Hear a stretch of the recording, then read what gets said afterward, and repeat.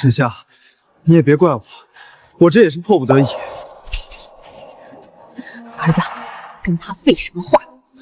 先把他沈家老宅的房皮和那5亩地到手再说。你们从一开始就是冲着我的家产来的。你爹死得早，你娘也埋土里了。你一个孤女守着那么大院子，那是浪费。我们建国入赘伺候你3年，这院子和地就当补偿了。王建国，3年前你逃荒过来，是我爹看你可怜，让你来干活。我爹临终让我嫁给村长儿子，是我点头让你入赘。这3年我对你掏心掏肺，你的良心呢？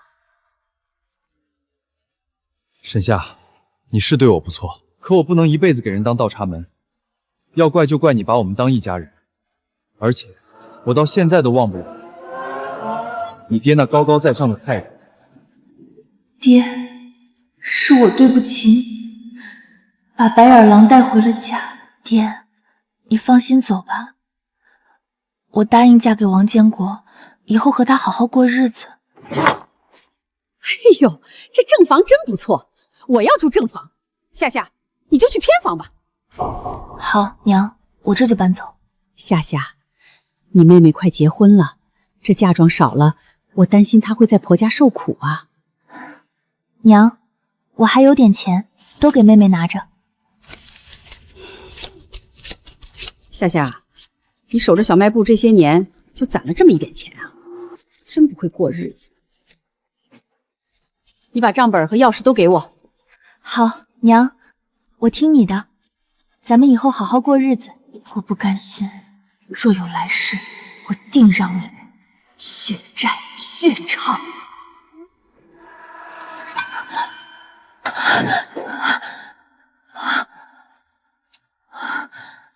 3年前，1982年，竟然重生回到了3年前，我跟王建国的新婚宴。前世就是今晚，赵金花来抢正房，我让你，却没想到换来了被推下河。既然老天爷让我重活一次，这辈子咱们慢慢算。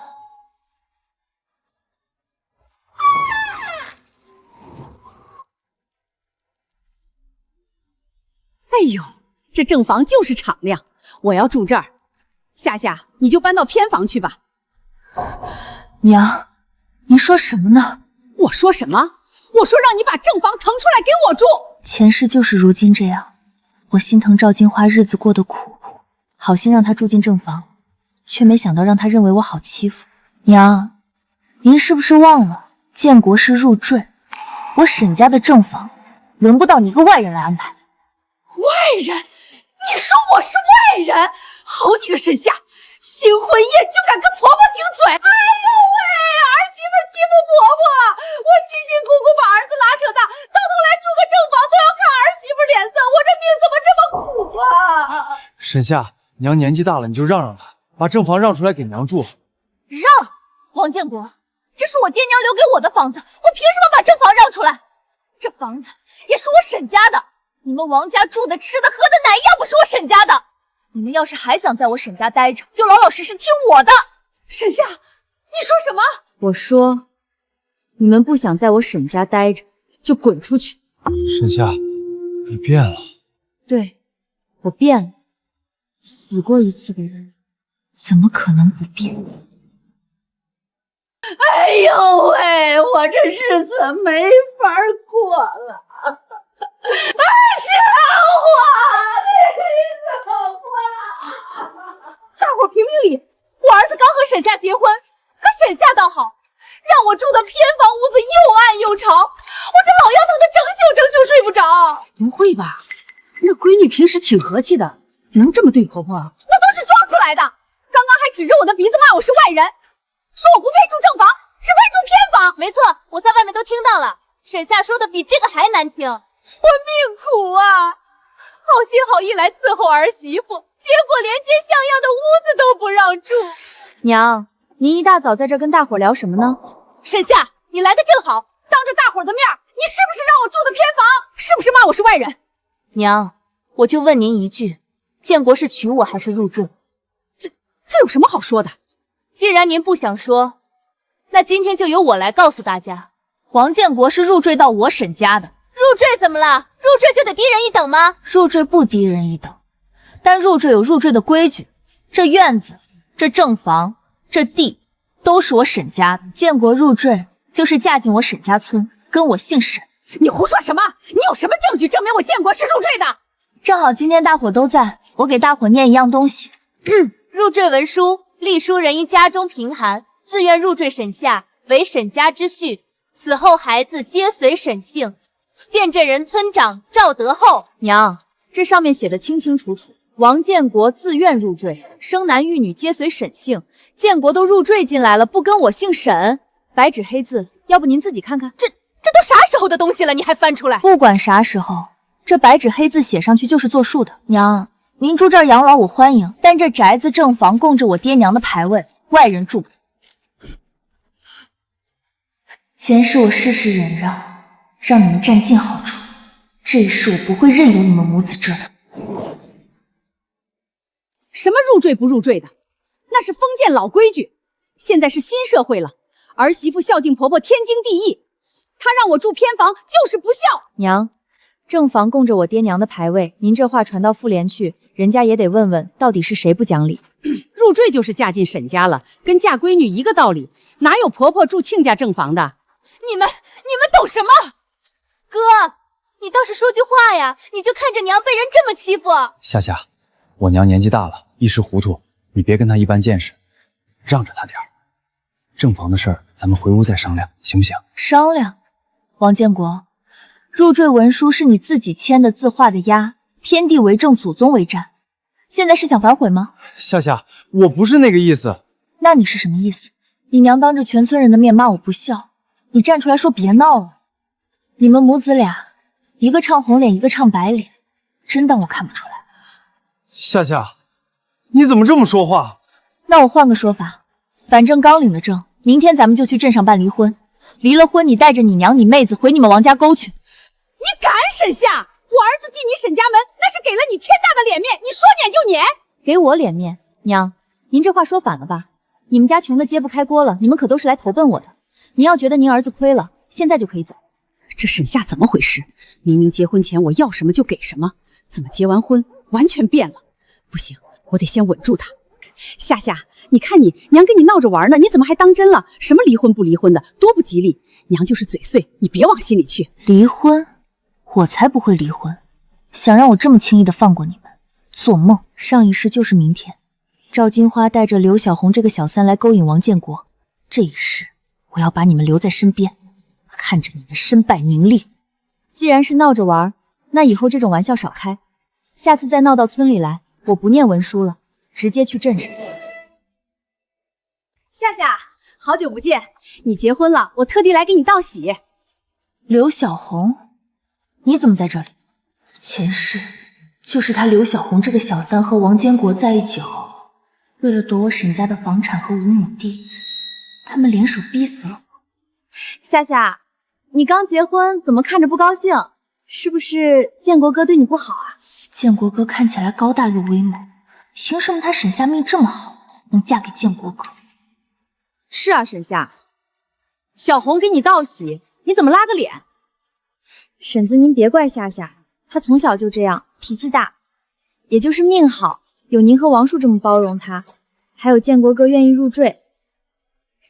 建国哥，以后夏夏要是闹脾气，你多担待，要是心里不痛快，可以随时来找我说说话，我帮你开解。刘小红，你今天来到底想干什么？夏夏，我就是来看看你，不用你看我，没事你就回去吧。那夏夏，我下次来跟你聊。沈夏，终有一天我要让这房产、小麦垛还有建国哥，都是我刘小红的。这小红多懂事儿，沈夏，你多学着点儿。你这么喜欢，那你跟刘小红过去。你说什么呢？看看你娶的什么媳妇儿！建国，沈夏现在软硬不吃，小卖部和房契都由他管着。你一个大男人，1分钱都摸不着，你不憋屈？娘，憋屈有什么用？我多说一句，沈夏就提离婚。沈夏怎么可能真的敢离婚？之前也是咱们被他唬住了。怎么不敢？沈夏有小卖部，有房有地，离了我还能再找。那就先把他的小卖部拿过来，再哄着他在房地的转让书上签字。他心眼多，不好骗。那就等过一段时间他肚子没动静，我在村里放话说他不能生。他沈夏一个死了爹娘的，这种名声传开，就再也嫁不出去。到时候不签也得签。但是娘，万一沈夏真离呢？她那个脾气，逼急了什么都干得出来。他不敢，一个不能生的女人离了婚，谁家敢要？你放心，他没那个胆子。说我不能生，逼我签字。赵金花、王建国，你们真是一如既往的心狠手辣。嫂子，你站这儿干啥呢？我找茅房，肚子突然有点不舒服。沈夏，你在这儿多久了？刚过来。娘，你和建国在屋里说什么呢？唠家常，没事早点睡。凤霞，盯紧他，这鬼丫头精得很。好。还想再算计我？哼，房契长在我身上，谁也甭想碰。赵金花，她不是想要我的家产吗？好啊，那我就用你的贪婪，让你在村里声名尽摆。沈夏，你怎么把小卖部钥匙放这儿了？我昨晚顺手放的。你这孩子太粗心，看来也管不好店。这样，沈夏，钥匙给我，以后娘来替你管。好啊，娘。那您可得好好帮我看着。这就对了。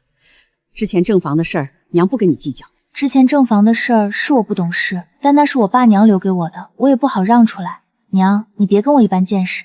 但小卖部这事儿，你是长辈，交给你我放心。沈夏，你这么想就对了。昨天还说我不好忽悠，今天就信我服软了。你不是信我，你是只能看见你想看的。娘，这是最新款的雪花膏。你这孩子，赶紧拿了走。婶子，今天是你在看店啊？婶子，你给我糖干什么？哎呀，都是一家人，小红你就拿着吃，没事儿多来找我家建国聊聊。好嘞。金花，我要5斤白面。好嘞。哟，夏夏可真孝顺，都让你管店儿了。那是，夏夏可孝顺了。呸！我分明看见是在白给人东西。赵金花这哪是管店，这是败家。沈夏这孩子老实，再让他管下去，迟早关门。赵金花，我让你带5斤白面，你给我3斤白面掺2斤煤麸子，我花的是白面的钱。昨天我买1斤红糖，半斤都不到。我闺女买盒雪花膏，半盒都是水。周婶儿，婶子一个人看店多不容易，你们欺负她算什么？这店是沈夏的，要找人找沈夏去。找我？夏夏，你来的正好，赶紧给大家道个歉，把钱退了，这事儿就过去了。道歉？退钱？这是我沈家小卖部的进货账本，这是赵金花管店7天的账本。初5进白面5斤，实收3斤；初6进红糖3斤，实收1斤半。7天摊了137块6毛。你什么时候记的？每天晚上。娘，我想着月底跟您对账，没想到今天闹出这种事。好你个赵金花，退钱！沈夏，你这是干什么？你娘拿煤麸子当白面卖，你说我干什么？你自己看看，这是你娘干的好事。我娘她一时糊涂。7天摊137块，这是一时糊涂？娘，你要是手头紧，跟我说一声，我又不是不给你。是啊，夏夏可是最孝顺的，你要是缺钱，我就不信夏夏不给你。各位婶子，凡是这7天在我店里买过东西的，拿着东西来，我照价退钱，拆价双倍赔。至于夏夏，这事儿不怪你。沈夏，你可真行。彼此彼此。这个白眼狼，我算是看透了，账本的事儿一出，我在村里头都抬不起来了，这口气我咽不下去。娘，那咱怎么办？就这么让他拿捏着？拿捏？他做梦！他有账本，我就没招治他了。你还有什么招？钥匙也交回去了，小卖部也还他了，那就再拿回来。我跟你们说，他沈夏跟建国结婚这些日子，肚子有动静吗？好像没有。要能怀上，早就有消息了。我看他就是个不下蛋的母鸡。娘，你的意思是？凤霞，你去找一趟小红，把她叫来。建国，娘跟你说，小红那姑娘我越看越喜欢，嘴甜勤快，跟你也熟，比屋里那个强100倍。娘，你说这些干什么？干什么？她沈夏不能生，咱家不能在她这一棵树上吊死。小红多好，要是小红嫁给你，3年抱2。前世就是今晚，他们开始密谋，最后害死了我。沈夏，这都是因为你不能生，断了我们老王家的香火。夏夏，我也不是有意的，我只是不想让建国哥断后。这转让书你还是尽早签了，以后再好好服侍我们一家，我还能让建国不和你离婚。你们这群无耻的东西，我死也不会同意。既然你不同意，那你就去死吧。前世我死在这个局里，赵金花满村散我不能生的谣言，王建国背地里和刘小红，直到刘小红肚子大起来，再也瞒不住了，我才知道。后来他们逼我签字让位，我不同意就把我推下河。这一次我绝不会再让他们得逞。凤霞，跟我出去，让你哥和小红单独说会儿话。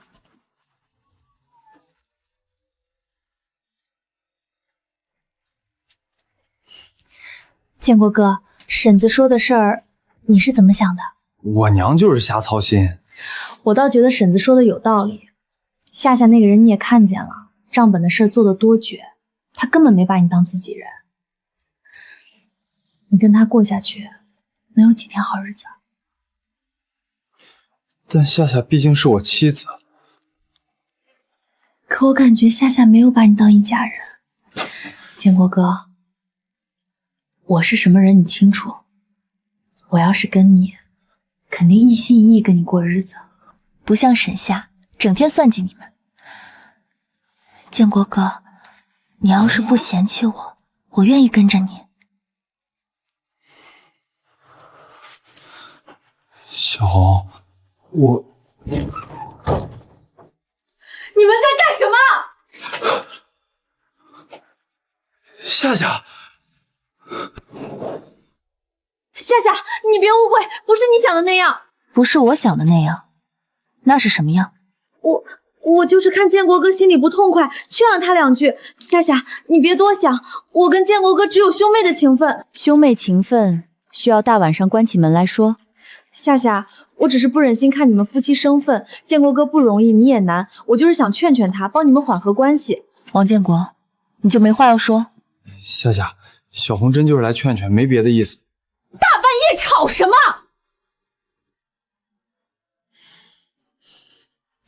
凤霞，带小红去你那屋。小红姐，走。夏夏，你今天在气头上，我说什么你都听不进去。等你消了气儿，我再好好跟你解释。夏夏，小红是我叫来的，她想跟建国说说话，也是替我劝他。你别多想。娘，大晚上关着门劝，合适吗？什么合适不合适的？小红那孩子一直规规矩矩的，你别把人想歪了。行，我这就去找村长评理。你敢？沈夏，你可想好了，你爹娘一辈子本本分分。你刚结婚就闹离婚，人家不会说建国怎么样，只会说你爹妈教女无方，你爹娘坟头的草还没长齐。你想让他们在底下不得安生？敢用我爹娘威胁我，那就别怪我让所有人都看见你们的脏事儿。这次我可以算了，但不是信了你们的鬼话，是看在我爹娘的份上。当我把话撂子再让我撞见，谁劝都没用，到时候直接去镇上离婚。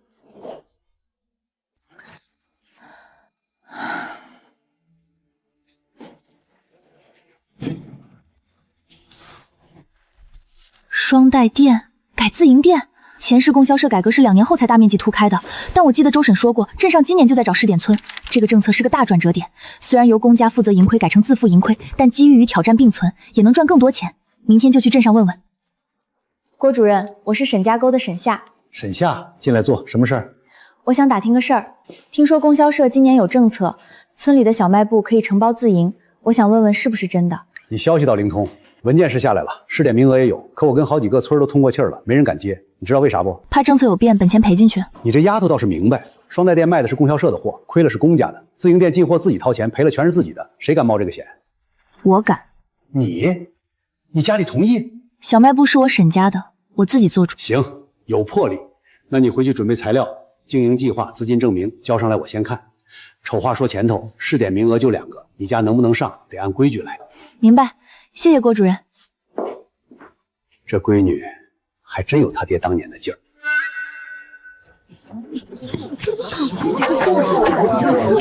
赵金花，这亲事我们李家不结了。李婶子，你这话什么意思？聘礼下了，日子都定了，你说不结就不结？什么意思？你自己心里不清楚。当娘的管店贪钱，当儿子的半夜和不清不楚的人拉扯，这些我们都听说了。李婶子，那是我哥和我娘的事儿，跟我有什么关系？你哥你娘的名声臭了，你能撇得清？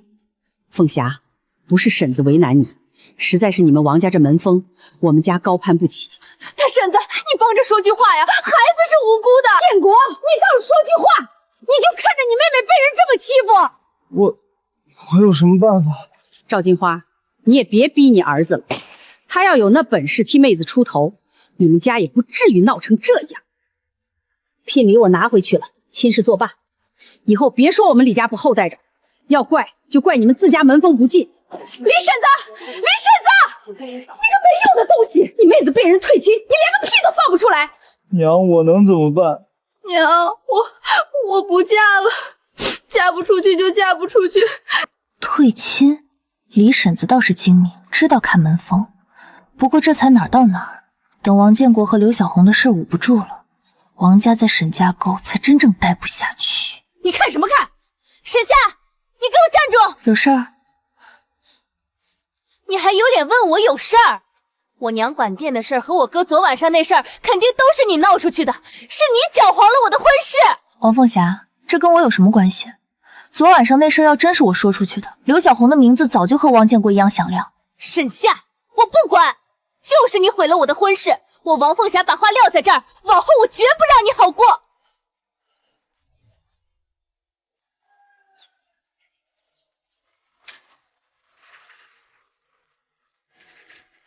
手续齐了，从今天起，沈家沟的小卖部就是你的自营店了，好好干。谢谢郭主任，我一定干出一番事业来。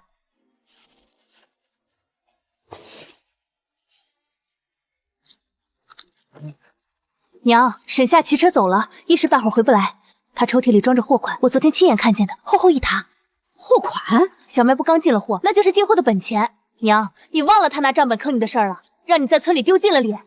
今天他人不在，咱们把货款拿了，明天看他拿什么交钱。交不上钱，就只能乖乖来求我们。可是，万一他报巡捕呢？报巡捕？他有什么证据说是咱们拿的？他连谁偷的都不知道，能拿咱们怎么样？别等了，再等他就回来了。走。还上锁了。这么多，走，沈夏，没了这笔货款，你的小卖部就等着关门吧。你毁我婚事，我就断你财路。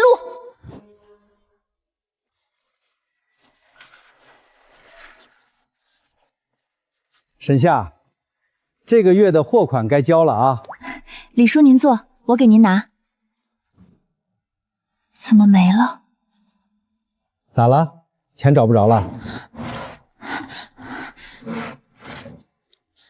沈夏，钱要是没凑够，你跟我说实话，别让我在这干等。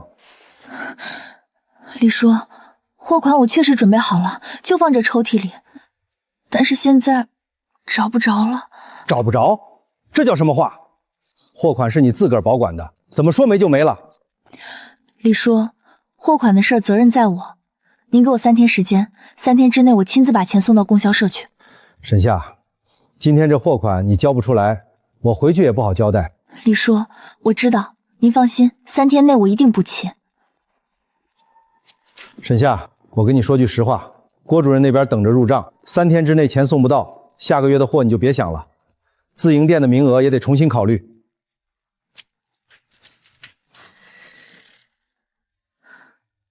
2条锁都没动过，那就是用钥匙开的。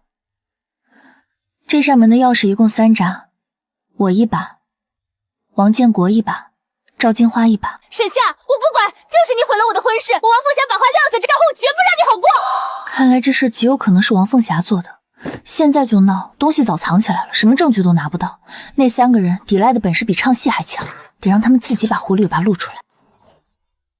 夏夏，今儿个下午你要关店，是不是因为供销社来人了？我好像听见一些传言。来了。哦，来干啥？收货款啊？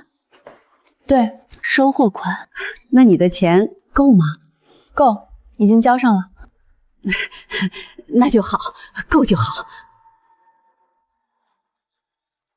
这就急了，我说钱交上了，你的算盘就打不响了是吧？好，那就让你们更急一点。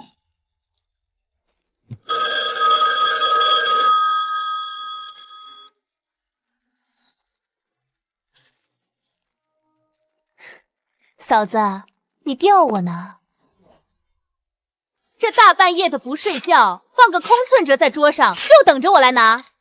嫂子，你这出戏演的可不高明。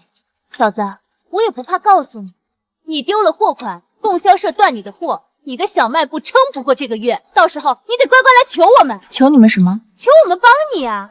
你现在嘴硬，等货断了，店关了，你就知道该用什么态度跟我们说话了。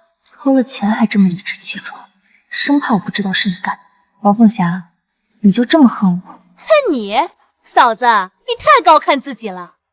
我就是看不惯你这副做派。一个孤女守着这么大院子小卖部，凭什么？哎呦喂，这大半夜的不睡觉，你们这是干啥呀？货款丢了，锁没坏，是用钥匙开的。钱是谁拿的？现在站出来，这事儿咱们私下解决，不追究。你怀疑我们？不站出来，明天我去供销社报账目异常，公家的人来查，谁拿了谁自己解释。娘，我没说是你拿的，你这么激动，是替谁着急？嫂子，你怀疑我直说。不过你去供销社报账目异常，你说钱被偷了，证据呢？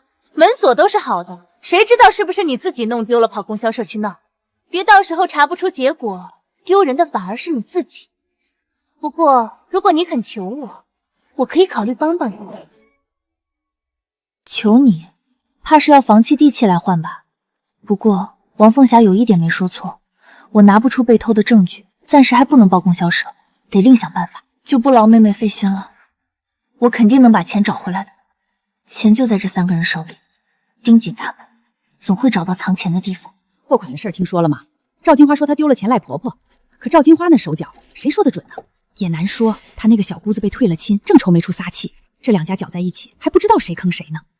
赵金花，你拿准了我没法自证，就想用谣言堵我的嘴。嫂子，河边水凉，下次洗衣服换个地方吧。怎么不骂我？不问我钱在哪儿？不像你啊，嫂子，平时不是挺能说的吗？凤霞，我今天不说，不代表这事过去了。还装？我倒要看看你还能撑多久。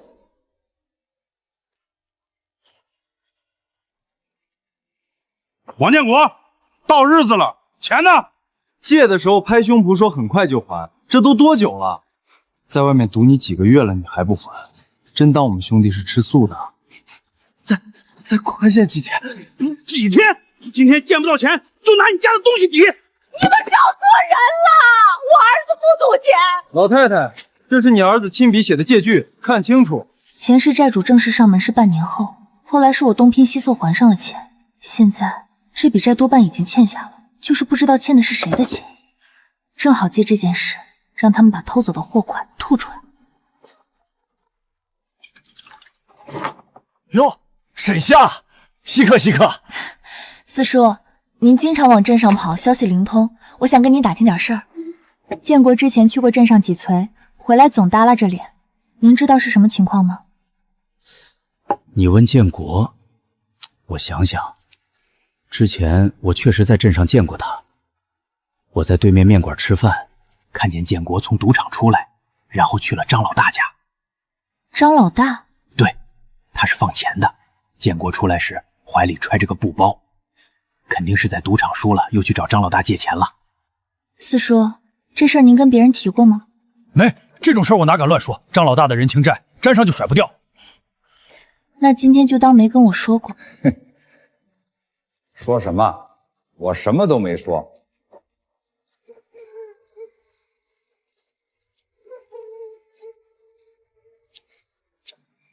王建国，你借张老大的钱准备什么时候还啊？什么张老大？我不认识，更没问他借钱。你不想承认？上个月15，赌场出来又去找张老大，我没说错吧？我没赌，我就是进去看了一眼。看一眼欠一屁股债。王建国，你这话骗你娘还行。夏夏，不管你听到什么风言风语，反正没欠钱就是没欠钱。是吗？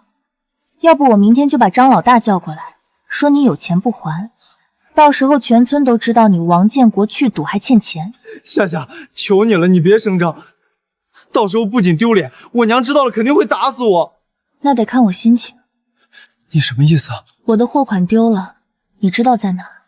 我不知道，钱又不是我拿的。但你知道是谁拿的，你进去拿出来，你赌债的事我就烂在肚子里。拿不回来，你的事明天就会众人皆知。你让我去偷钱？那本来就是我的钱，时间就明天1天，你自己看着办。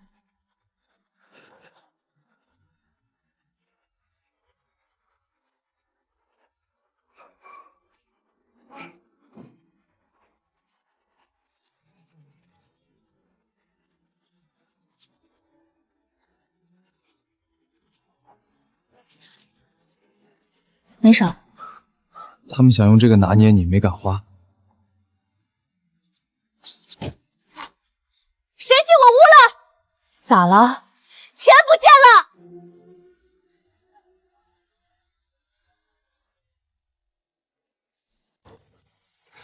了！我出去走走。早点回来。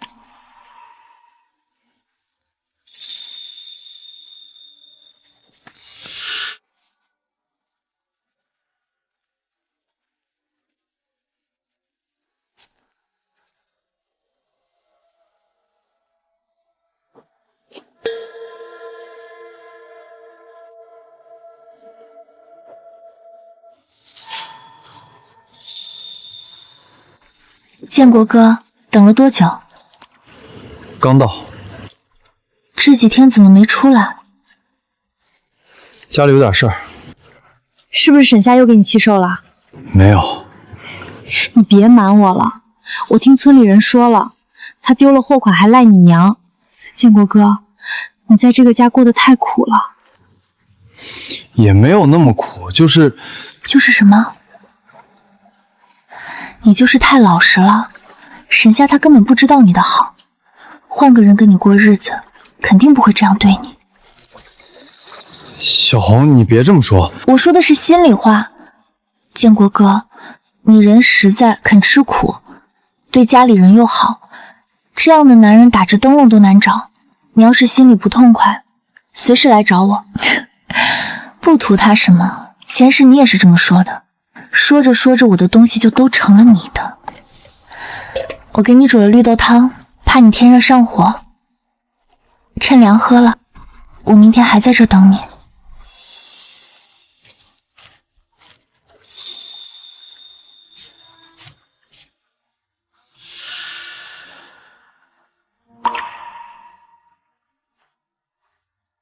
我正愁甩不掉这一家子祸害呢，那就借着这件事，让你们彻底身败名裂。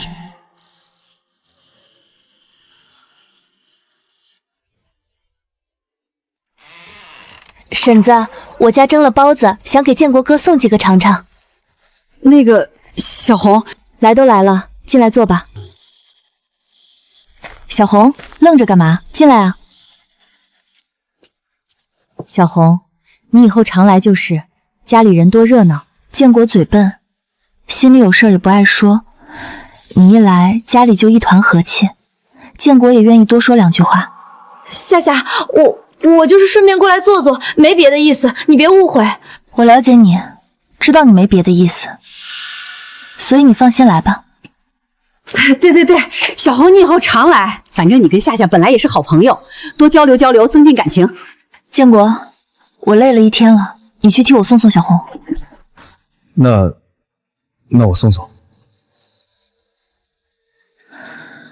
上辈子你们联合起来逼死我，这辈子我给你们铺路，你们往前走得越远，摔得越狠。沈夏，你这儿还有肥皂吗？有，要几箱？2箱。唉，供销社断货半个月了，我跑了好几趟都没拿到，村里人天天催。宋叔，供销社断货，你怎么不去镇上批发市场自己进？嗨，我那个点儿1个月才卖多少，跑一趟镇上不够折腾的，货也凑不够批发量，拿不到低价。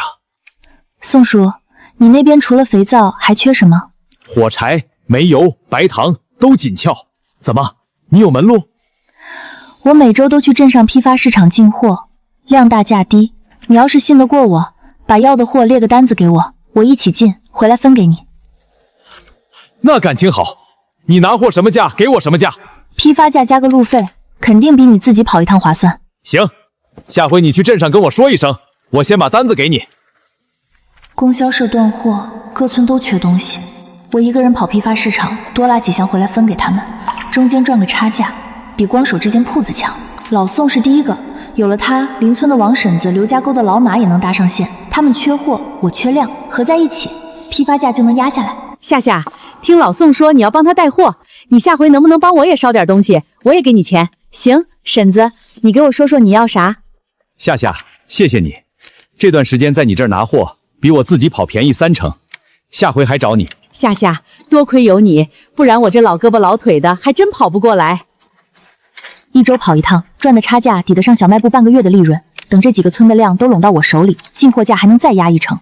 到时候不是我去找批发商，是他们来求我。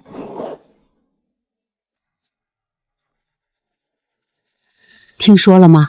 刘小红去镇卫生院了。去卫生院干啥？看病？看什么病？怀孕了。你咋知道？再说了，她还没嫁人呢，能怀上谁的？我三姑的姐姐的孙女儿在镇卫生院上班看见的，是谁的不知道。不过你看她3天2头往沈夏家跑，还能是谁的？赵金花那个儿子不是入赘的吗？他看着那么老实，可能吗？那谁知道？知人知面不知心。这2个月，小卖部的流动资金翻了2番，我不用再守着巴掌大的铺子过日子。趁着政策开放，我要找机会把生意做到整个公社去。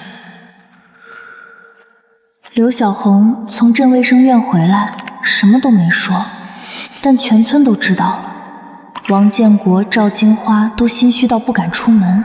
时机到了，刘小红肚子藏不住，王建国躲不掉，赵金花堵不住全村的嘴，是时候掀开这块遮羞布了。婶子，我活不下去了。井边洗衣裳，他们看见我就端着盆走。小孩追着我屁股后面拍手唱肚子里有野种。小红，你别在这嚷嚷，让人顾不了那么多了。婶子，你知道这孩子是建国的，你胡说什么？你自个儿不检点，别往建国身上泼脏水。泼脏水？那天晚上在这院子里，是你跟我说，小红你多跟建国处处，沈夏不能生，你要是跟了他，咱家3年抱俩。我那是随口一说，你自己当真了怪谁？王建国，你呢？你怎么说？这些天咱们在一起，你说的那些话，我都不作数了吗？小红，你别逼我。我逼你？可是现在全村戳我脊梁骨，你让我一个人怎么办？你撒什么泼？你说孩子是建国的，证据呢？谁能证明你没跟过别人？赵金花，你这是要逼死我！好，你们母子俩合起伙来不认账。我今天把话撂在这儿，王建国，你明晚要是不来找我说清楚，横天我就找沈夏。周婶儿，今儿个得早点关门，我待会儿去邻村收一笔旧账。大晚上的去收账？没办法，那边催了好几回了。我跟我娘他们说过了，收了就回来，不耽误明早开店。周婶儿，你晚上有空没？有啊，咋了？我一个人走夜路有点怕，周叔要是在家，能不能送我一程？这有什么难的？我让他陪你跑一趟。婶子，你是咱们村的妇女代表，有件事儿我想跟你说一声。最近村里风言风语太多，我一个做媳妇的不好多说什么。但你是妇女主任，要是创建什么伤风败俗的事儿，可得管管。你放心，真让我撞上，我绝不姑息。有婶子这句话，我就放心了。那我先走了。周叔，账本忘带了，我得回去拿一趟。行，反正还没走多远，折回去也不费啥事儿。夏夏，那不是你家偏门吗？怎么有个人影？沈夏，这不是刘小红吗？她大半夜跑你家干什么？沈夏，那不是刘小红吗？她大半夜往你家偏门钻，她肚子大了，外面传的风言风语，难道真是你家建国的种？周叔，你别多想，我家建国不是那样的人。小红应该是来我家有急事儿，不过这大半夜的能有啥急事儿啊？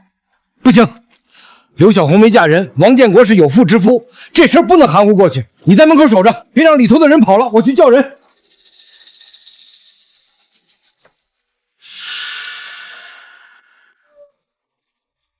周叔，到底什么事儿？大半夜的把人都叫起来。村长，我刚才亲眼看见刘小红溜进王家偏门。刘小红的肚子是怎么回事？你比我清楚。要是跟王建国有关，这可是伤风败俗的大事儿。我就说这丫头三天两头往王家跑不对劲儿。夏夏，你让开，今天这事儿必须当面弄清楚。周婶儿，村长，肯定不是你们想的那样。建国他不是那种人，他老实本分，怎么可能？夏夏，你让开，是不是？推开这扇门就知道了。把偏门推开。你们大半夜不打招呼，凭什么闯人屋子？建国，你半夜抱着刘小红干什么？建国，大半夜的，你跟刘小红在屋里干什么？好你个刘小红，大半夜往我儿子屋里钻，你不要脸！赵金花，是你自己跟我说，我说什么了？你别血口喷人！娘，你别说他了。村长，入赘文书写的明白，婚内不忠，净身出户。明天一早，我跟王建国去镇上办离婚。夏夏，建国就是一时糊涂，你饶他这一回，娘求你了。求我？你让建国跟刘小红不清不楚的时候，怎么不想想一家人？偷我货款的时候，怎么不想一家人？好沈夏，你狠！你一个死了爹娘的孤女，离了建国，你那小卖部谁帮你办货？你以为你一个人撑得住？村长，这份是小卖部的承包合同，双代店改自营店，承包人是我沈夏，跟王家没有任何关系。王建国，我每次去镇上进货，你人在哪儿？你说不上来，那我替你说。每次我蹬着自行车跑几十里路进货，你在刘小红家里。夏夏，我知道错了，我保证以后跟他彻底断了，我好好跟你过日子。行，那我问你，刘小红肚子里的孩子，你打算怎么办？夏夏，你看这样行不行？让建国给你写个保证书，以后他再犯，你怎么处置都行。今晚这事儿咱们先接过去，一家人还是和和气气过日子。娘，你说完了？刘小红可是已经怀上了王建国的孩子，你马上就能抱孙子了。你确定你还想留在沈家？王建国，明天一早去镇上办离婚。你要是不去，我直接报给执法者，到时候按入赘文书和婚姻法一起算。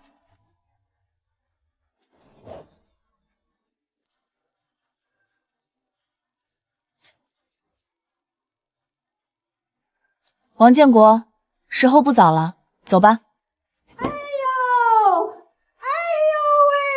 夏夏，我娘心脏病犯了，躺在床上下不来，我得在家伺候她。今天实在去不了。我这心口疼的跟刀绞一样。建国呀，娘这口气全靠你撑着。夏夏，老人病成这样，我总不能硬拉着他去镇上吧？要不等2天再说？行，那你等着。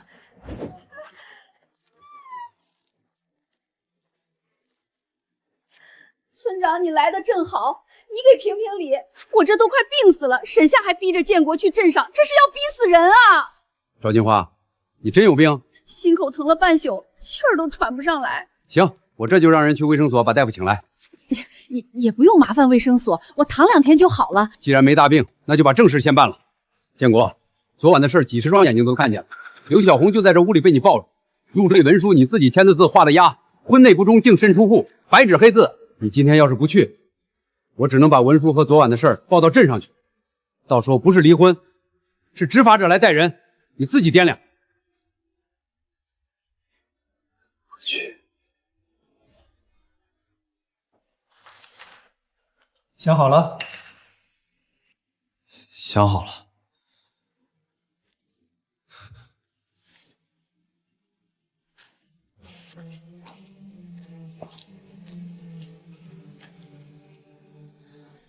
王建国，今天之内收拾东西搬出沈家。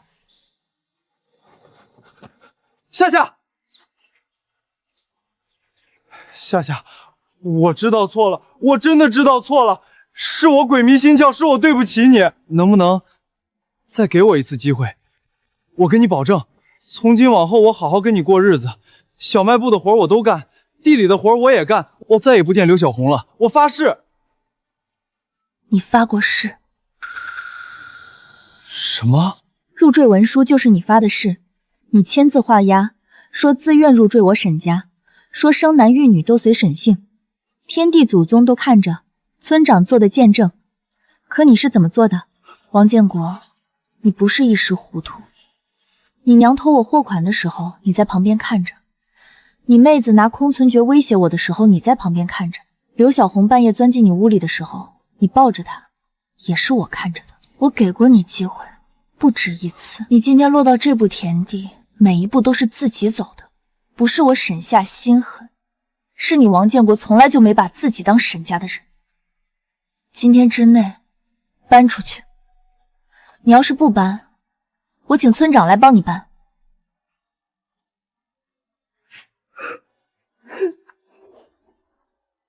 沈夏，你开门！你敢撵我们走？我告诉你，你今天敢让我出这个门，我就一头撞死在你沈家院子里，让全村人都看看你沈夏是怎么逼死婆婆的。你去找谁来都没用，这房子我住了这么些日子，凭什么说不让我住就不让我住了？赵金花，你这又是闹哪一出？周婶你来的正好，她沈夏仗着有张破文书，要把我们一家3口撵出去流落街头。新社会了，还有这样欺负人的吗？入赘文书第7条，男方婚内不忠，自愿净身出户，男方亲属随男方一同搬离沈家宅院，见证人赵德厚。白纸黑字，你自己看清楚。我不看，什么破文书，那是封建老规矩。赵金花，你们王家做出来的丑事儿，全村都知道了。王建国跟刘小红半夜在偏房里被堵住，几十双眼睛看着，你还有脸在这撒泼？现在就收拾东西赶紧走，再闹我马上报镇妇联，到时候不是搬不搬家的事儿，是你儿子耍流氓要不要坐牢的事儿。收拾东西走。嫂子，你是不是觉得自己特别得意？你以为把我们赶出去就完了？我哥的名声臭了，我的婚事也被你搅黄了，你觉得我会就这么算了？凤霞，你哥的名声是他自己搞臭的，你的婚事是李婶子主动退的，跟我没有关系。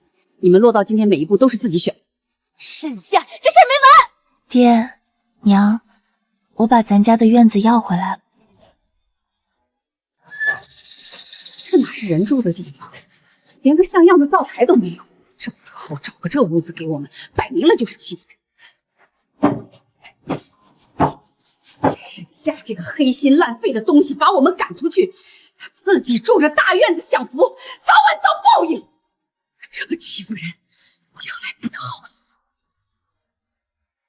娘，你现在骂有什么用？你现在都来怨我了，要不是你非得去偷货款，他能拿住咱们的把柄？我偷钱？娘，那钥匙是你开的。再说了，偷钱的事最后是谁把钱还回去的？是我哥。别吵了。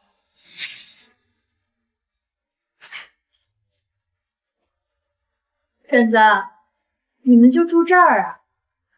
你来干什么？我们王家落到这步田地，都是你这个扫把星害的！你还敢上门来？婶子，你这话说反了吧？是你跟我说沈夏不能生，让我多跟建国处处。是你把你儿子往我屋里推，现在沈夏不要他了，他跟我好不是顺理成章的事儿。我今天不是来吵架的，王建国，你抬起头来。我肚子里怀的是你的种，全村都知道。你现在没媳妇儿了，我今天来就问你一句话，你娶不娶我？娶什么娶？他就是个破鞋！婶子，你骂我不要紧，但明天我要是去镇上告王建国耍流氓，那就不是一个离婚能了结的事儿。王建国已经跟沈夏离婚了，他现在是单身。他跟我在一起的时候，我还是个大姑娘，这孩子就是证据。你们要是敢不认账，我就让执法者来断。婶子，你们掂量掂量吧，我等你们3天。3天之后，要是没个说法，我就自己去镇上。你跟我说实话，你到底答没答应过要娶她？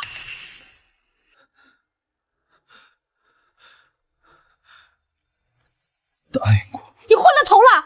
你那时候还是有媳妇的人，你给他许这种愿干什么？是你要我跟他处的。你说沈夏不能生，说小红嫁进来3年抱2。我那是让你先哄着她，谁让你真许愿了？婶子，现在说这些还有什么用？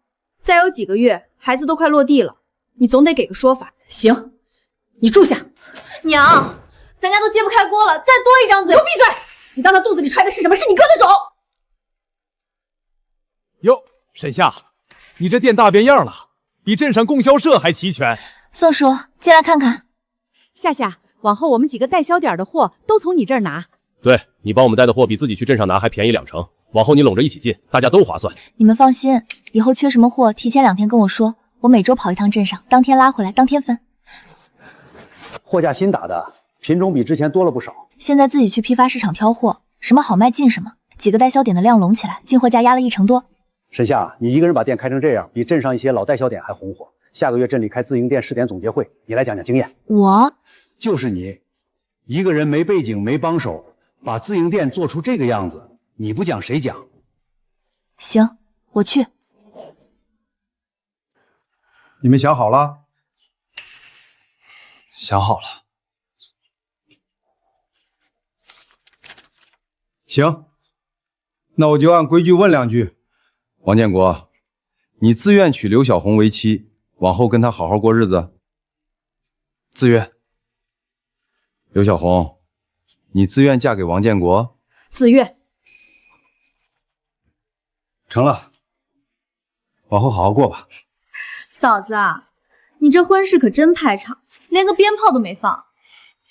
黄凤霞，你少在那说风凉话。我好歹明媒正娶进了门，你连个婆家都不找不着，倒有脸笑我？你吵什么吵？一个两个都不是省油的灯。就这点米，你一个人吃了半锅，一个人吃我们3个人的饭，你好意思？我肚子里揣着一个，我不吃孩子也得吃。你以为我愿意多吃？我闻着这没米味就犯恶心。捡米没？那你别吃啊！你当这儿还是沈家那院子，想吃好的你倒是自己挣去。我挣，我挺着这么大肚子，你让我上哪儿挣？当初是谁拍着胸脯说等我嫁进来3年抱2？现在嫌我吃的多，早干嘛去了？王建国，你给我进来！你听听你媳妇怎么跟你娘说话的？你叫她干什么？她在外面装死，你又不是不知道。王建国，你要是个男人就进来把话说清楚。这日子过的。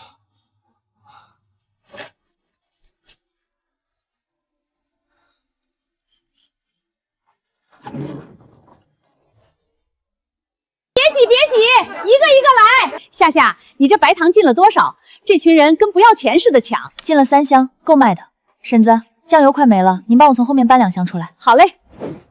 夏夏，你这店翻修的真敞亮，往后买针线再不用往镇上跑了。可不是，上回我买雪花膏，镇上供销社断货半年，你这儿一直有，还便宜5分钱。婶子们，以后缺啥就跟我说，我每周去镇上进货，多带点。今天把大家叫来，主要是说说自营店试点的事儿。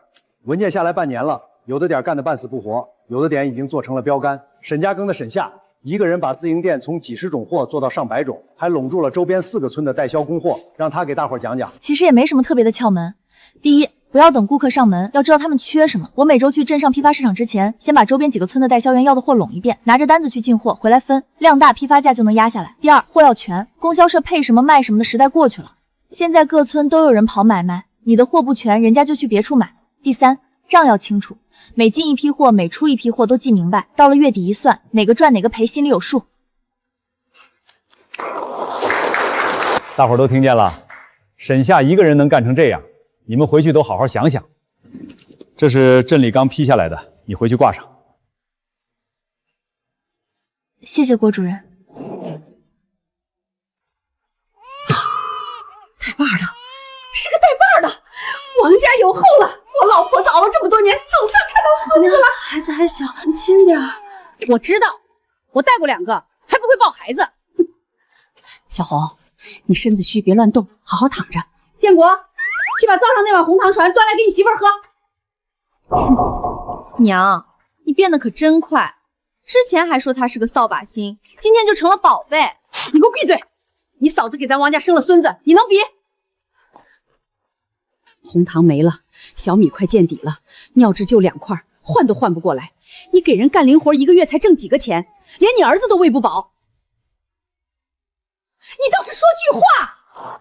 我有什么好说的？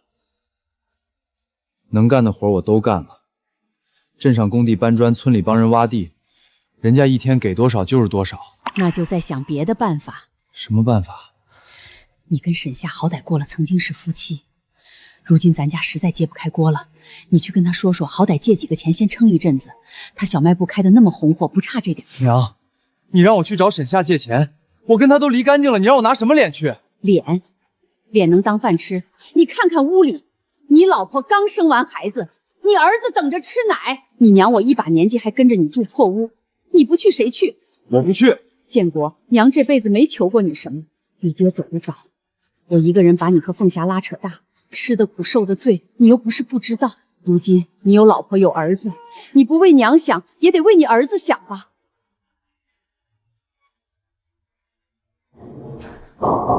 我去试试。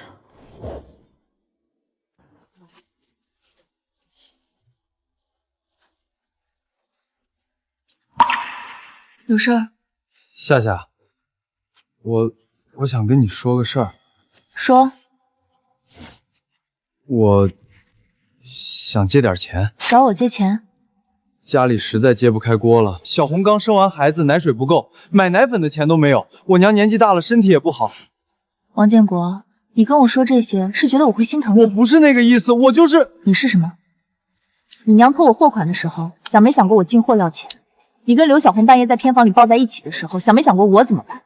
现在你生了儿子揭不开锅，倒想起我来了。夏夏，过去的事都是我的错，我认。这孩子是无辜。王建国，你说借钱的事，你老婆知道吗？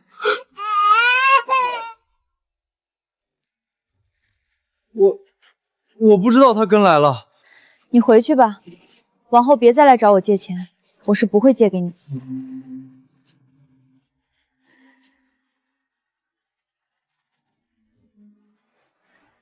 沈夏，县供销连连的考察团到了，你给大伙儿讲讲你的经营模式。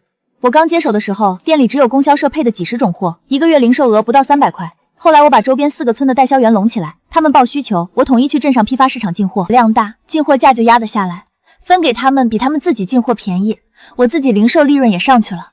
现在店里货品120多种，月流水翻了4倍。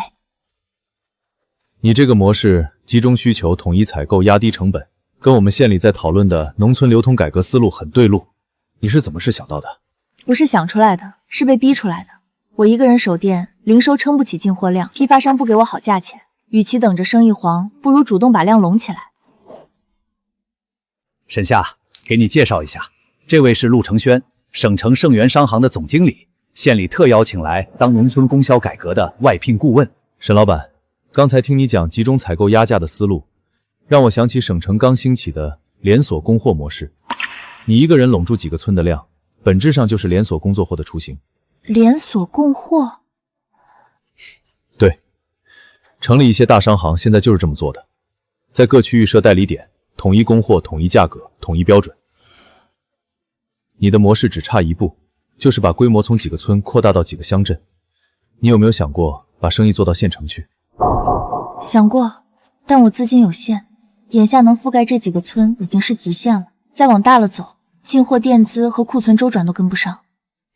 资金的事可以合作解决。这是我的名片，如果你有兴趣扩大规模，可以来县城盛源商行找我详谈。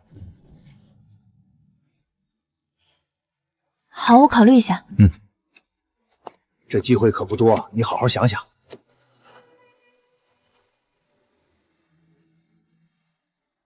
连锁供货，这是头一回有人拿我跟省城的生意人放在一起比。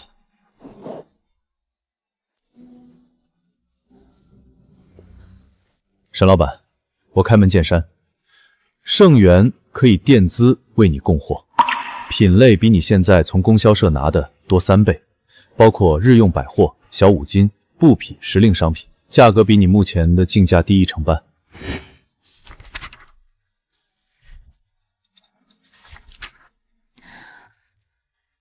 条件呢？条件是你的自营店作为盛源在沈家沟及周边5个村的独家代理点，你不能从其他渠道进同类货物，同时每月向我报1次销售数据，我根据数据帮你调配品类。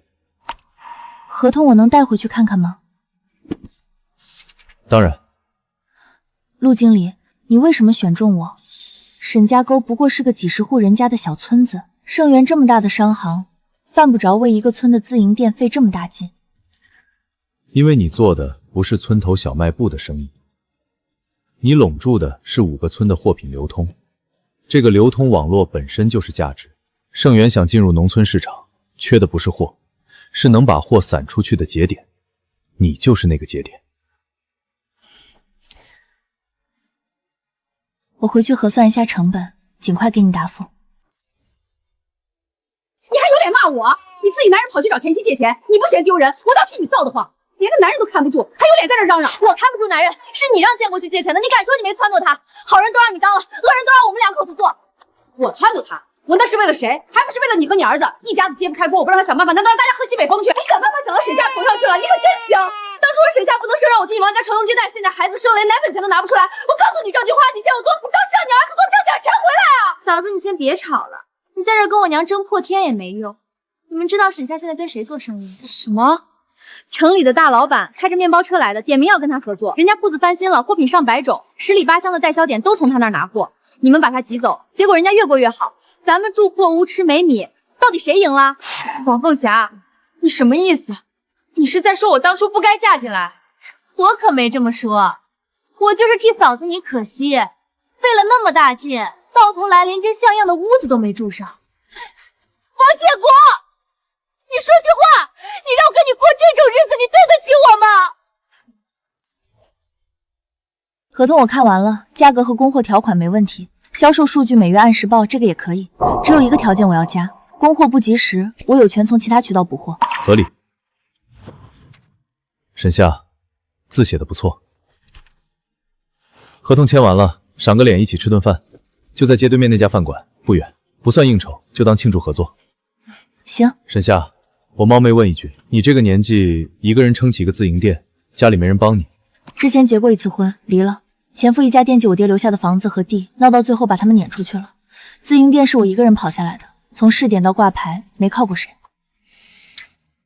你身上有一股劲儿，像是被逼到绝路后硬生生杀出来的。陆经理，你这话听着不像是在评价一个生意伙伴，那像什么？像在评价一个人。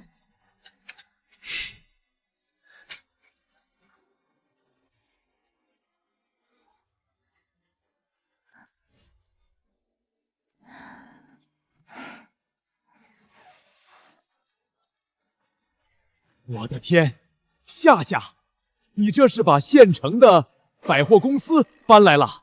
宋叔，这是新货源，你看看有没有你那边好卖的。这收音机，我那边好几个小伙子问过，镇上供销社断货大半年了。这个，还有这个，每样给我来3件。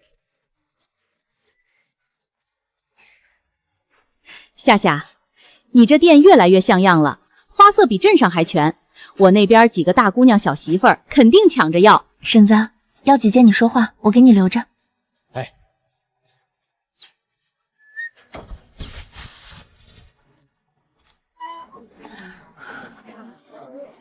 这个月净利润翻了1倍，盛源的货品多，价格低，老宋他们进货量也跟着涨。照这个势头，用不了半年，不只能还上盛源的店资，还能攒一笔钱，把隔壁那间空期租下来当仓库。这辈子果然不只是复仇，我能走得更远。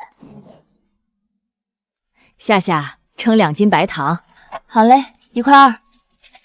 陆经理，上车了。你们先回镇上，我再待一会儿。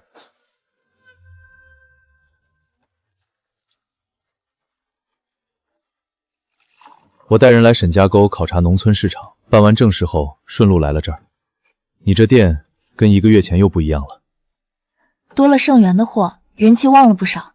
现在不光是沈家沟，周边几个村的人赶集，都先来我这儿转一圈，说我这儿的货比镇上供销社还全。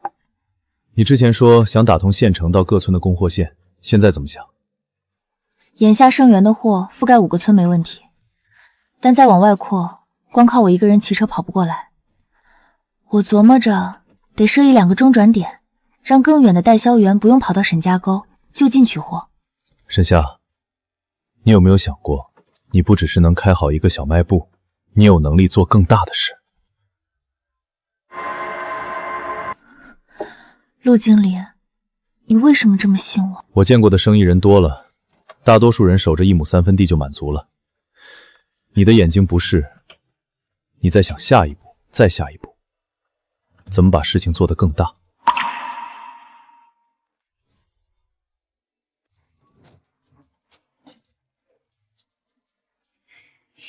你们猜我今天在河边看见什么了？一辆吉普车停在沈夏店门口，车上下来一个男的，穿得周周正正，一看就是城里人。沈夏笑着迎上去，2个人站在店门口是说话。那男的看他的眼神可不是谈生意，是看人呢。城里人，对，就是上次那个考察团的。我听周婶跟人说过，叫什么陆承轩，省城大商行的总经理。人家开着吉普车来，专程找沈夏。怪不得他当初离婚离得那么痛快，早跟城里人搭上了。我就说呢，他沈夏一个离了婚的女人，铺子开得比谁都快，哪来的钱哪来的货？原来是攀上高枝了。人家坐着吉普车谈笑风生，我在这儿窝着闻霉味儿，吃个鸡蛋都是过年。嫂子，你现在说这些有什么用？当初人是你自己选的。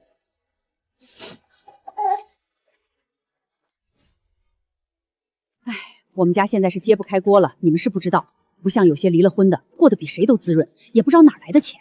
你说沈夏，我可没点名，就是不明白，一个年轻女人离婚才几个月，店翻新了，货架换新的，还有城里人隔3差5开吉普车来找她。我一个过来人，看这种事儿心里直犯嘀咕，正经做生意哪有这么快的？谁知道背后有什么说道？赵金花把话说明白，什么叫背后有什么说道？人家沈夏凭本事开的店，供销社老郭亲自挂的示范牌，县里考察团来参观学习，你在这阴阳怪气说谁呢？我说什么了？我什么都没说，你那意思谁听不出来？你儿子搞破鞋被沈夏当场捉住撵出家门，你不嫌丢人，倒在这里编排别人。你要是真有证据，去镇上举报；没证据就闭上嘴。再让我听见你到处嚼舌根，我去找村长评理。赵金花那个嘴比粪坑还臭，他说你钱来路不明，话里话外就是往你身上泼脏水。婶子，让他说去。你不生气？我生什么气？他越说我，越说明他日子不好过。他要是过得舒坦，哪有功夫惦记我？赵金花，你不会善罢甘休，这我知道。前世你一步一步把我逼到绝路，这辈子你手里没牌了，就剩一张嘴，但一张嘴也能咬人，我得防着。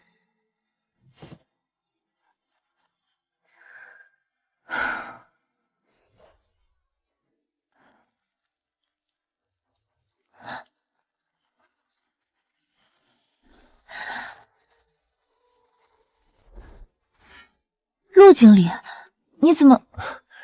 车陷村口泥坑里了，司机还在想办法，能借个地方避避雨吗？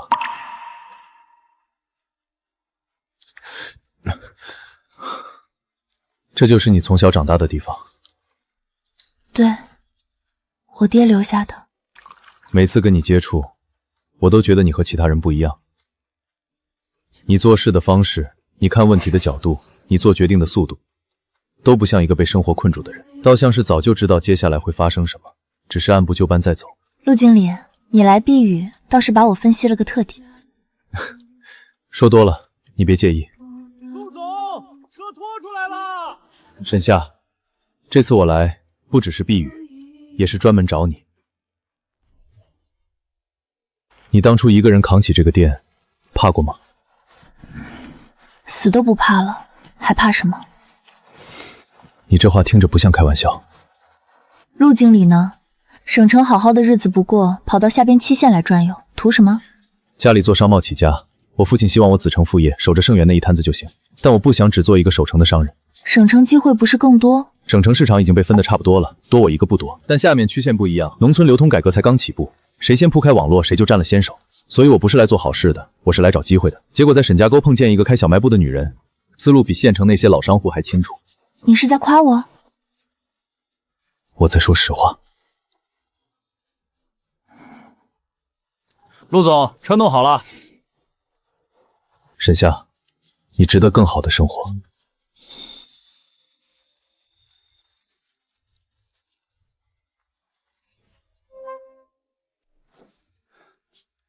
沈夏，有件事我得跟你通个气儿。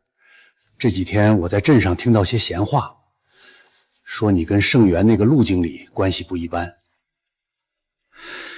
一个离了婚的女人能这么快翻身，背后肯定有说法。话传的不好听，我得让你知道。传这话的人有没有说我是怎么从供销社试点一步步干到示范店的？说那些有什么用？传闲话的人不讲这个。我跟你说这事儿，不是怀疑你，是提醒你人言可畏。你跟陆承轩打交道，该注意的分寸还是要注意。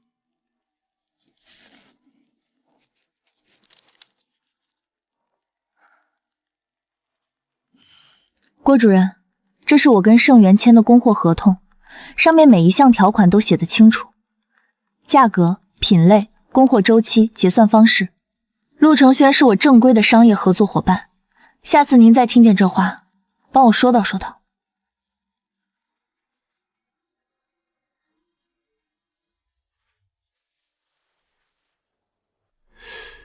这合同条款清清楚楚，单价、账期、违约责任都写明白了。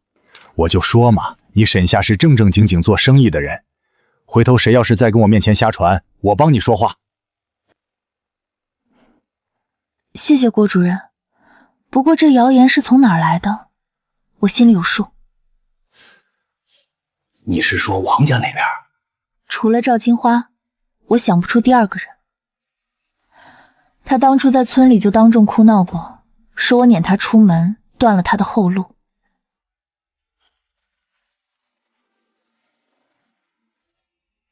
现在他儿子跟我离了婚，一家人挤在村委破屋里，看我的店越开越红火，他咽不下这口气。那你打算怎么办？要不要我找他谈谈？不用，他愿意说就说吧。我要是现在去找他对峙，正中他下怀，闹大了反而坐实了他的谣言。我把店开好，把账做清楚，比什么辩解都有用。你能这么想就对了。行，闲话的事先放一边，我跟你说个正事儿。镇供销社要缩减经营规模，沿街那3间门面铺子上面批下来，准备主租出去，现在正找承租人，你有没有兴趣？3间？那位置是全镇人流量最大的地方。对，老供销社自己经营不下去，放在那儿也是浪费，不如租出去让有本事的人来干。不过我跟你说实话，已经有3个意向承租人了，一个是镇上开了20年杂货铺的孙老头，另外2个是外地的，手里有钱。你要是想竞标，得给我几天时间，我回去盘一下账。我就知道你会这么说，你沈夏什么时候放过机会？这点流动资金维持村里自营店和几个代销点的周转没问题，但镇上3间门面，光租金押金就要一笔不小的数目，加上首批进货和简单装修，还差一大截。老郭说有3家竞争，我没有家底，没有靠山，只有一个自营店和6个村的代销网络，但我有他们没有的东西。盛源的货源比供销社便宜1成半，品类多3倍。6个村的代销员每个月从我手里走货，这个流通网络是现成的。如果把镇上的门面拿下来，村点的货从镇上中转，不用每次都跑县城，效率能翻1倍，成本还能再降。陆承轩说过，盛源想在沈家沟周边铺供货网络，我就是他要找的节点。我拿未来的供货合同做担保，问他借一笔钱，他估计不会拒绝。就算他想拒绝，那我就说以后在供货价上给盛源多让一个点，这样他总会答应。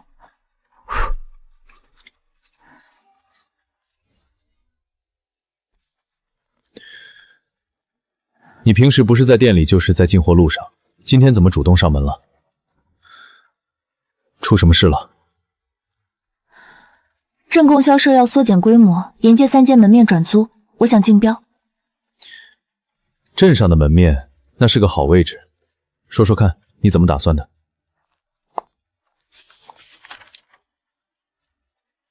？3间门面，一间做零售，货品比村里全。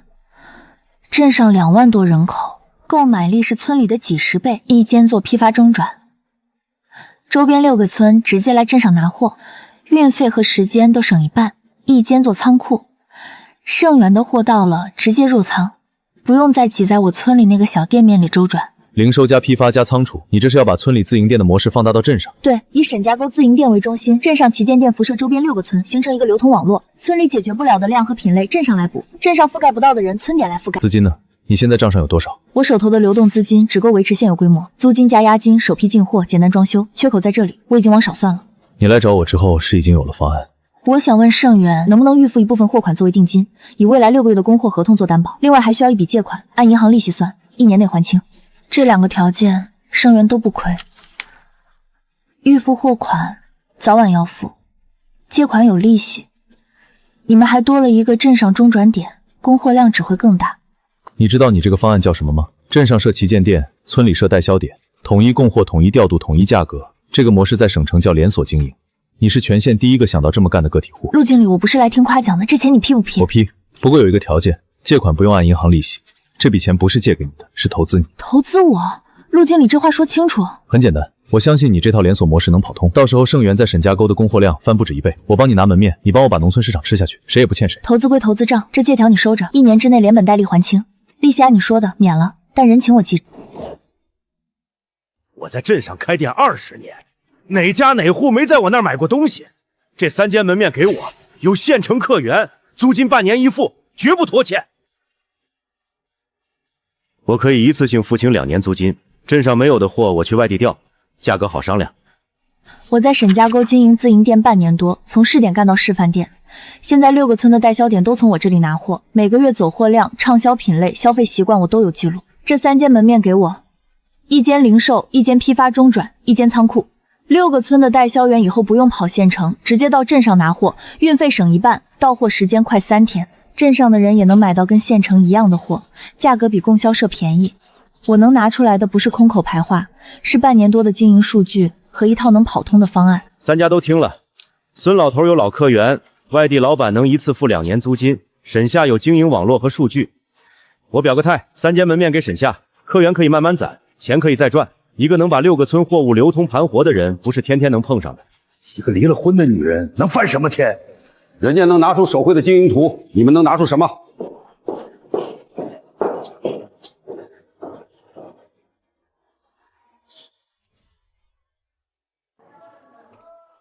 沈夏，你这店一开，供销社的压力可就大了。刚才我站门口数了数，一上午进来的人比供销社3天都多。郭主任说笑了，我这是给供销社分流，省得你们忙不过来。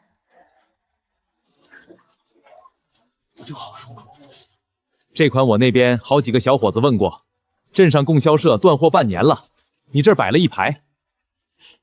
宋叔要几台，我给你留着。夏夏，你这儿货比县城还全，往后我们拿货抬脚就到镇上，不用再跑县城了。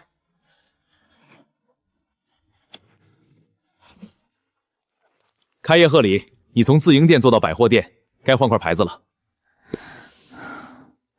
这字谁写的？我写的，练了好几个晚上，怕写丑了你不挂。还行，不算丑，挂上吧。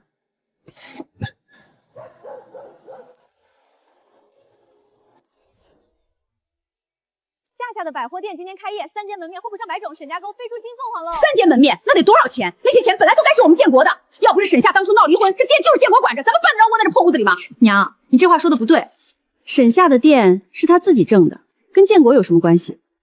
离婚的时候入赘文书上写的清清楚楚，人家没要你王家1分钱。你懂什么？他跟建国过了3年，他的店就是王家的店。当初是谁把他逼离婚的？是你儿子半夜跟我在偏房里被人堵住，几10双眼睛看着，你让他不离也得离。再说了，就算店给你儿子，他会管吗？他连自家买奶粉的钱都挣不够，你在这惦记人家沈夏的店，不如让你儿子多出去干点活。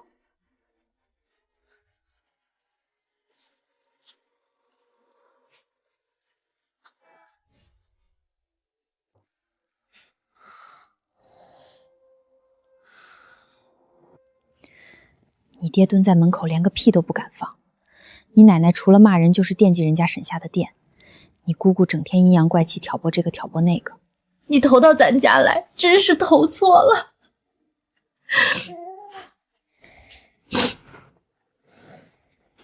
娘小时候跟沈夏阿姨一起上学，她从家里带煮鸡蛋，掰一半给我。我说你家有小卖部真好，她说那你以后天天跟我一起吃。后来我长大了，我不只是想吃她的鸡蛋了，我想要她的小卖部，想要她的大院子，想要她那个入赘的男人。你说娘是不是很坏？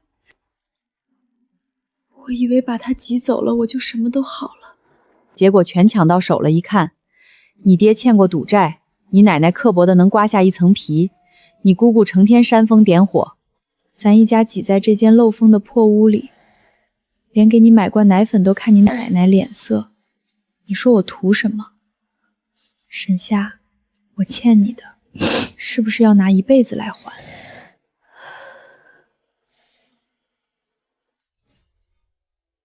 我下周回省城，大概待半个月。盛源那边有些事儿要处理，顺便跟我父亲谈谈这边的业务。我们在这边的供货网络铺得不错，老爷子一直在问我进度，也想跟他谈谈你。谈我什么？谈我在沈家沟遇到了一个很不一般的女人，她一个人扛起一个店，从村里干到镇上，脑子清楚，做事利落，连供销社老郭都夸她比男人还能干。陆承轩，你想清楚了？你家在省城开商行，你跑来找一个离过婚的农村女人，你父亲能答应？我找的是你这个人，不是你离没离过婚。你能把6个村的货物流通盘活，能在竞标会上拿手绘网络图赢过镇上老商户，能在我还没开口的时候就猜到盛源想铺农村市场，这样的人省城也找不出几个。你这话我没办法反驳。那你什么时候走？下周起。周一走，你等我回来。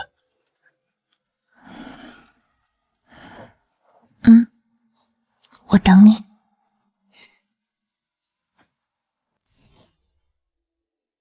你是沈夏，有人举报你扰乱市场价格，恶意倾销，请配合出示进货单据和账本。匿名举报？举报我什么？具体说清楚。说你以低于成本价销售商品，挤垮同行，扰乱市场秩序。您稍等，这是我开业以来的全部进货单，您随便翻，找出一件低于进价卖的商品，我当场认罚。这个收音机你卖18.5块，供销社卖20块。盛源给我的进价是15块，我卖18.5块，利润3块5。供销社进价17块，卖20块，利润3块。你进货渠道为什么比别人便宜？盛源是省城大商行，直接从厂家拿货，不走供销社渠道。账目确实没问题，我们也是按流程办事。我理解，不过我多问一句，这种匿名举报，如果查出来是故意诬告，对举报人有没有什么说法？匿名举报查实后，如果没有事实依据，我们会记录在案。但你这情况查到这儿已经清楚了。行，麻烦您了。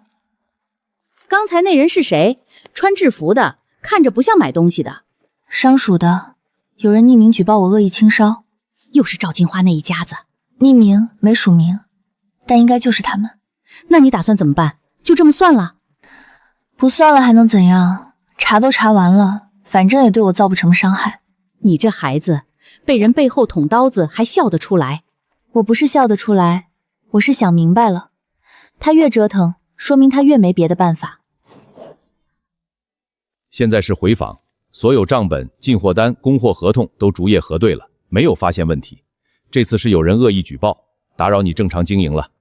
既然是恶意举报，我能申请追查举报人吗？开店做生意，3天2头被人举报一次，我还做不做了？原则上匿名举报，我们也要保护举报人。但你既然提出来了，这封举报信里列的进货异常时间点，恰好是上个月12号到15号。那3天我在县城跟盛源签续约合同，人都不在店里，进的什么货？还有一件事，我们所里存着以前各村报上来的材料，里面恰好有王凤霞写的一份旧书信，我们做了笔记对比，你自己看吧。这个结论能盖章给我一份吗？可以。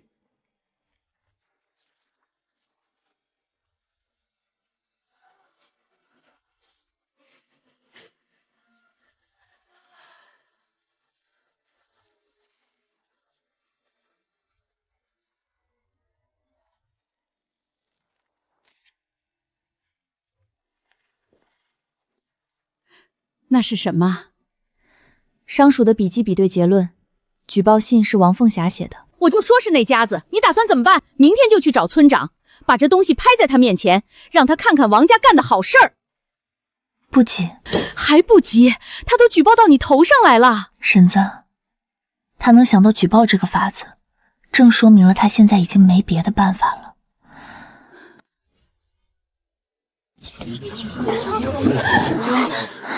沈夏，你一个月挣的钱比建国干1年零活还多，你一个女人能有今天，全靠建国当年入赘帮衬你。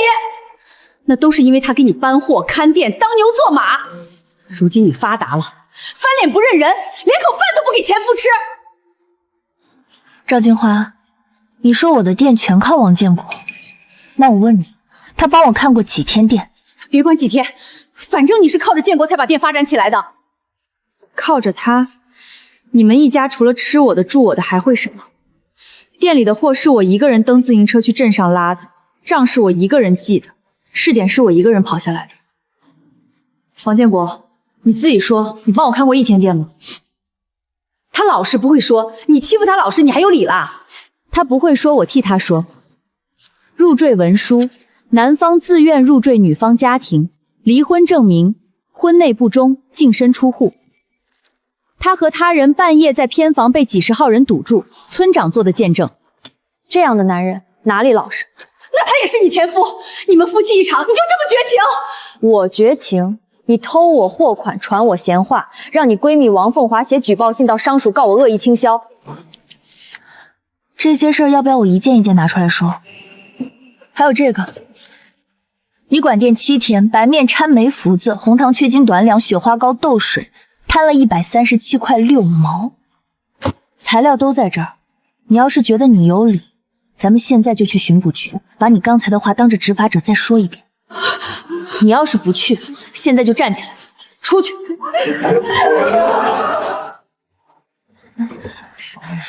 没事了，大家继续买东西，今天全场9折。他沈夏当着满店人的面把老娘的脸踩在地上，入赘文书、离婚证明、旧账本，他一样一样往外拿，跟变戏法似的。他这是把我们王家往死路上逼。娘，我就说别去，上次商署查他账都没查出问题，你去闹能闹出什么来？现在全村都知道咱们又去沈夏店里丢人了，你让我以后怎么出门？你给我闭嘴！你个没出息的东西！看着你娘跪在地上被人笑话，你连个屁都放不出来！你要是有点本事，你娘至于去给人下跪吗？我没本事，那以后能不能别去找他了？每次去都闹成这样，我实在受不了了。你受不了，你受不了就给我滚出去挣钱！你老婆孩子还等着吃饭呢，你蹲在这装什么死？娘，你骂哥有什么用？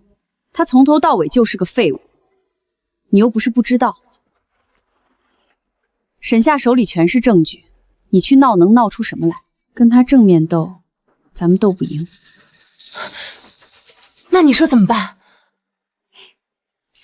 我摸清楚了一件事，沈夏每周3下午骑自行车去镇上仓库接盛元的货，要经过河堤那段路，那条路两边都是芦苇，前后没有一户人家，连条狗都看不见。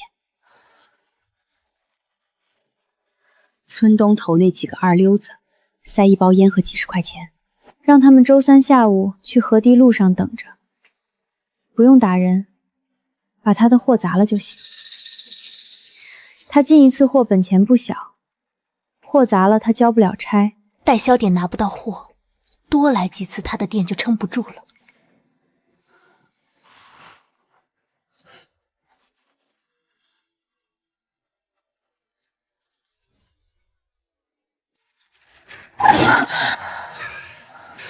哟，沈老板，听说你生意做得挺大，哥几个最近手头紧，借点钱花花吧。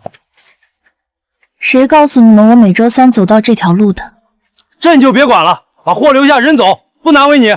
我沈夏死过1次，不会死第2次。你们3个今天谁敢动我一下，我保证你们下半辈子都有人管饭。老大，他是不是脑子有问题，跟正常人反应不一样啊？你们干什么？伤着没有？我没事。你怎么在这儿？我从省城回来，顺路去店里找你。周婶说你接货还没回来，这段路太偏，我不放心，幸亏我来了。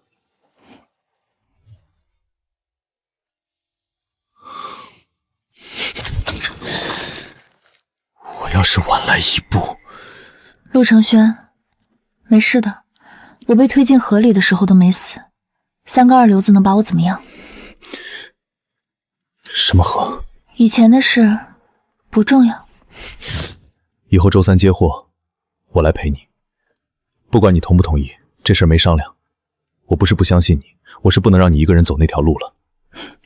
你这人平时斯斯文文的，凶起来还挺吓人。我没跟你开玩笑。我知道。好，以后周3你来帮我搬货，我不付工钱。你不打算报巡捕？没有目击者，人跑了，报巡捕也查不出什么。但我有别的办法。你知道是谁？除了王家，我想不出第2家。赵金花上次在店里丢了脸，她闺女王凤霞上次写举报信没成功，这次换了个更狠的。需要我做什么？暂时不用，你已经帮了最大的忙，你回来了。这个秋天好像没那么冷了。你怎么找到这儿来的？你们跑得挺快，但镇上就这么大，找几个在台球厅混日子的人不难。我今天来不是找你们麻烦的，是给你们2个选择。什么选择？第一，写一份证明材料，把王凤霞怎么找你们，给你们多少钱，让你们在河堤上干什么，写清楚，签字按手印。写完之后，这事我既往不咎。你怎么知道是王凤霞？闭嘴！我当然知道。第二，我现在就去巡捕局报案，拦路截获加上蓄意伤害，你们自己掂量。我说，就是王凤霞找的我们，塞了1包烟和50块钱，让我们周3下午去河渡上吓唬你，把货砸了，让你做不成生意。我们真没想伤人，就是想弄点钱。写下来，时间地点他怎么说的，给了多少钱，谁在场，一样不许漏。写完在下面签名按手印儿。拦路截获未遂案协查通报：某村女青年王某指使他人于周3下午在河堤路拦截过往商贩车辆，意图劫取货品。现相关涉事人员已被控制，案件正在进一步调查中。哎呦，王某，这说的好像是王凤霞呀！周3下午河堤路，沈夏就是那天差点被人劫了货。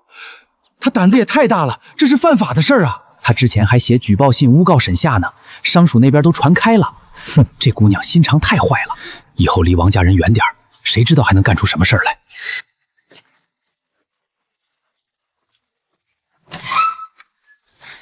娘，外面都在说派出所通告上那个王某是我，你去找村长说说，让他们把那控告撕了。我有什么脸去找村长？你干的事儿你自己心里没数。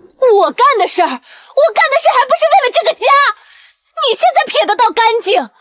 行，你们都窝囊，就我出头，那我就走，你们就继续窝囊下去吧。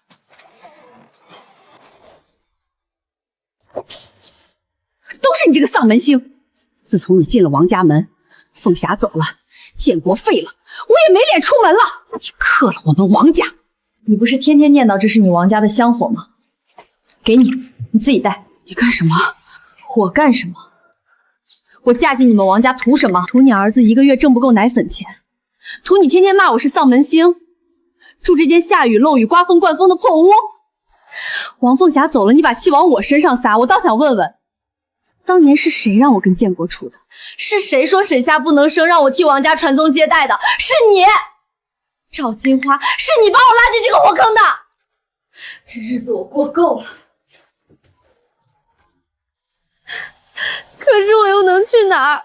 没有娘家可以投奔，身上连1分钱也没有。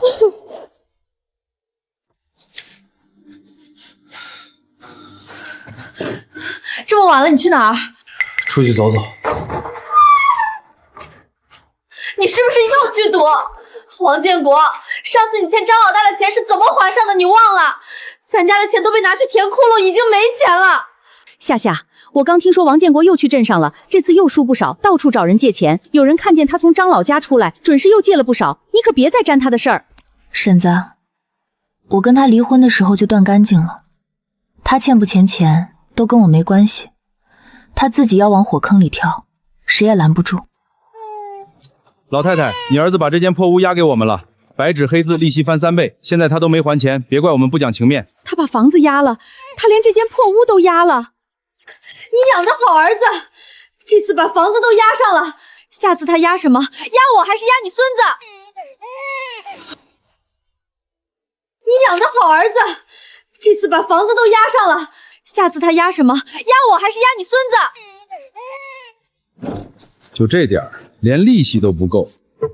张哥，再宽限几天，我一定想办法。想办法？你还能有什么办法？你前妻现在看见你就绕道走，你娘连门都不敢出，你拿什么还？那镯子是我娘留给我的，王建国，你把我的镯子也翻出去了，你还是不是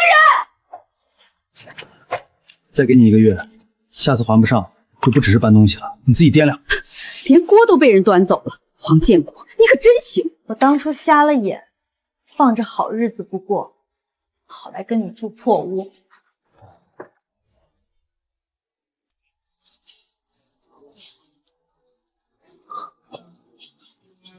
紧张吗？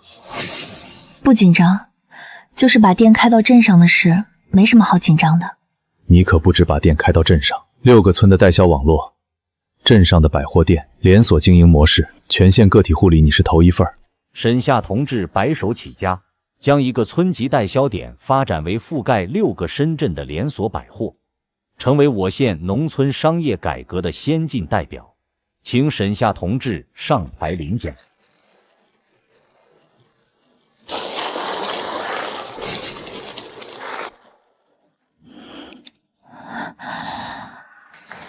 爹娘，你们看见了吗？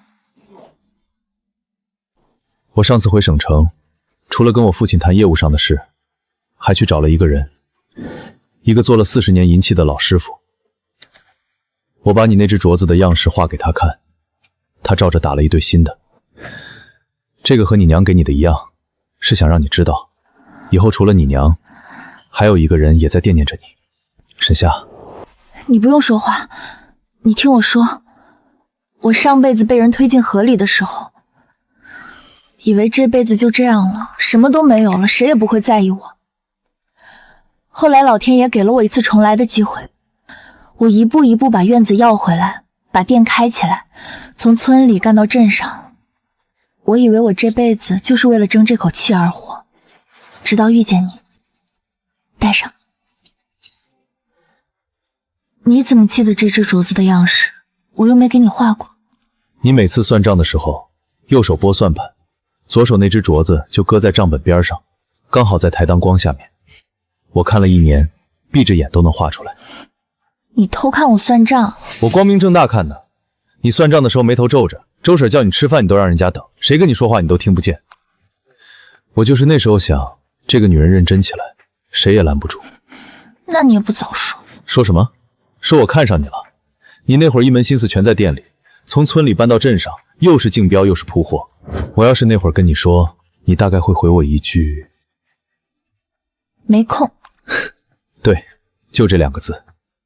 所以我等你把店开稳了，等你愿意坐下来跟我吃碗馄饨了，等你看我的眼神不再是谈生意了。那我问你，你现在等到了吗？你说呢？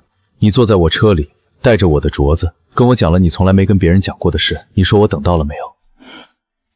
等到了。让你想不想知道你等到了什么？什么？你等到一个明年开春得去见你父亲的人。不过你别高兴太早，我有个条件。你说。以后你帮我看店的时候，不许站门口偷看我算账。那我看什么？看账本，反正你以后也跑不掉，干脆学学怎么帮我盘货。王建国，欠我的钱拖了这么久，你当我是开善堂的？张老大，再宽限几天，我一定打。建国啊，你让娘怎么办啊？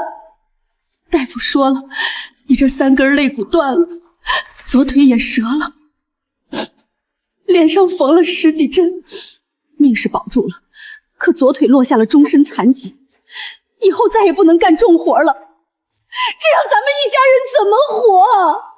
娘，别哭了，哭也没用。我怎么能不哭？你妹妹跑了，到现在没回来过，连个信儿都没有。如今刘小红也说要抱着孩子跟你离婚。娘去找他，跪着求他，可他说啥也不肯回头，说这日子过不下去。那就离吧。你说什么？我如今这副样子配不上人家，别耽误他了。日子怎么过呀？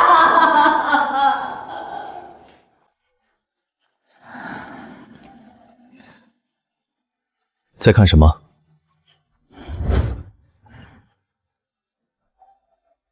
在看我的家。等来年开春咱们结了婚，这就是我们的家了。你说爹娘在天上能看到吗？能，一定能看到。看到沈夏现在出息了，开了3家店，还拿了县里的奖，他们肯定笑得合不拢嘴。小时候家里穷，爹娘总说啥时候咱家也能过上好日子。如今好日子来了，他们却看不到了。他们看得见，咱们往后把这日子过得更红火，就是对他们最大的告慰。开春结婚，你想好怎么办了吗？听你的，你要是想热闹，咱们就把3家里外外都摆上酒席，请全镇的人来喝喜酒。你要是想清静，咱们就办个小礼，只请几个亲近的。那就热闹一回吧。从小到大，家里还没热闹过。好，都依你。